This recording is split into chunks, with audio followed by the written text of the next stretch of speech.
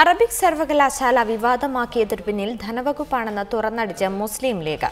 വിഷലിപ്തമായ സവർണ ഫാസിസ്റ്റ് ബോധമാണ് ഇത്തരം നീക്കങ്ങൾക്ക് പിന്നിലെന്ന് പാർട്ടി മുഖപത്രമായ ചന്ദ്രികയിലെ എഡിറ്റോറിയൽ ആരോപിക്കുന്നു. ഭാഷയുടെ മതമേതെന്ന സങ്കുചിത താൽപര്യം അറബിക് സർവകലാശാലയ്ക്ക് എതിരായ നിലപാടിന് പിന്നിലുണ്ടെന്ന് ആരോപിക്കുന്ന എഡിറ്റോറിയൽ ചീഫ് സെക്രട്ടറി അടക്കമുള്ള ഉന്നത ഉദ്യോഗസ്ഥരെയും രൂക്ഷമായി വിമർശിക്കുന്നുണ്ട്. അറബിക് സർവകലാശാല വിവാദമാക്കിയത് ധനവകുപ്പാണെന്ന് ആരോപിക്കുന്ന എഡിറ്റോറിയൽ അറബിയെ ഭാഷ എന്നതിലപ്പുറം ഒരു മതത്തിന്റെയും സമുദായത്തിന്റെയും ആത്മീയ വ്യവഹാരങ്ങൾക്ക് ഉപയോഗിക്കുന്ന വിനിമയോപാധി എന്ന നിലക്ക് കണ്ടതാണ് പ്രശ്നങ്ങളുടെ കാതലെന്ന് വിശദീകരിക്കുന്നു. സാമുദായികതയുടെ അളവുകോൽ വെച്ച് മുൻവിധിയോടെ സമീപിക്കുന്ന നിലപാടാണ് വിവാദങ്ങൾക്ക് ആക്കം കൂട്ടിയത്.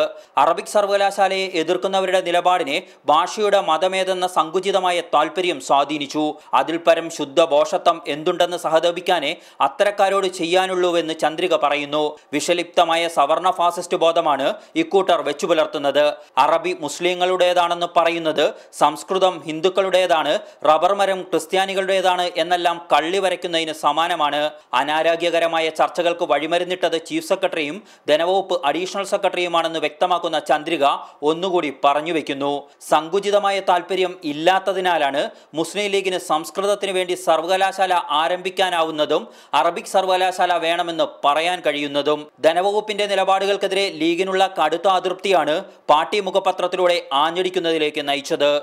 റിപ്പോർട്ടർ, കോഴിക്കോട്.